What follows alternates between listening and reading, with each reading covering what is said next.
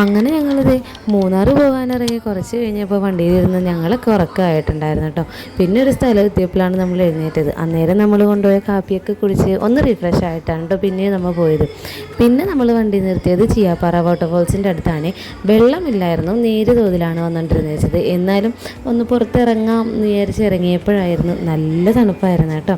പിന്നെ അവിടെ നമ്മൾ പിള്ളേരെയും ജാക്കറ്റൊക്കെ ഇടിച്ച് നമ്മളും ജാക്കറ്റൊക്കെ ഇട്ടിട്ടാണ് കേട്ടോ പിന്നെ നമ്മൾ യാത്ര തുടങ്ങിയത്.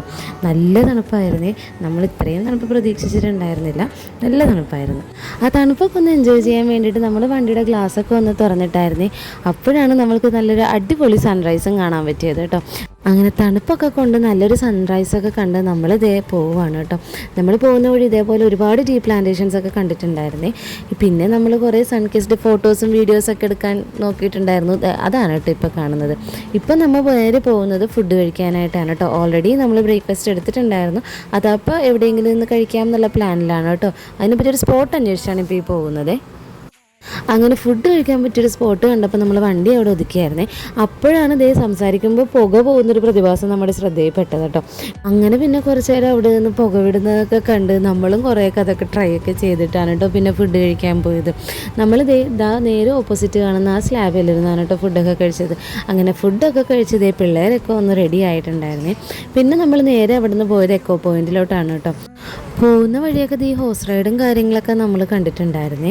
പിന്നെ അതൊക്കെ കണ്ട് പിള്ളേരെ കുതിരേനെയൊക്കെ കാണിച്ചു കൊടുത്തിട്ടാണ് കേട്ടോ നമ്മൾ പോയത്. പോകുന്ന വഴിക്ക് ഇങ്ങനത്തെ ഒരു കട ശ്രദ്ധയിൽപ്പെട്ടായിരുന്നേ. പിന്നെ നമ്മൾ അവിടെ കയറിയിട്ടുണ്ടായിരുന്നു. മൂന്നാർ എന്നിട്ട് എങ്ങനെയാണ് ചൂടുള്ള മാഗി കഴിക്കാതെ പോരുന്നത്. അങ്ങനെ ഞങ്ങളും മാഗിയൊക്കെ ഓർഡർ ചെയ്ത് ഷെയർ ചെയ്ത് കഴിച്ചിട്ടാണ് കേട്ടോ പിന്നീട് നമ്മൾ ട്രാവൽ ചെയ്തത്. നമ്മളിപ്പോൾ നേരെ പോകുന്നത് എക്കോ പോയിന്റിലോട്ടാണ്. അങ്ങനെ എക്കോ പോയിന്റ് എത്തിയത് അപ്പോൾ അവിടെ ഒരു പൈപ്പിൽ കൂടി നല്ല ഫ്രഷ് വാട്ടറാണ് വരുന്നതെന്നൊക്കെ അവർ പറഞ്ഞിട്ടുണ്ടായിരുന്നേ. അങ്ങനെ കുറച്ച് നേരം അവിടെ നിന്നു. നമ്മൾ കൈയും കാലൊക്കെ ഒന്ന് കഴുകി ഫ്രഷ് ആയിട്ടാണ് കേട്ടോ പിന്നെ പോയത്. പിള്ളേരൊക്കെ പോയിന്റ് എത്തിയപ്പോൾ അതിൽ കൂക്കുവിളിയും ബഹളമൊക്കെ ആയിരുന്നു കേട്ടോ.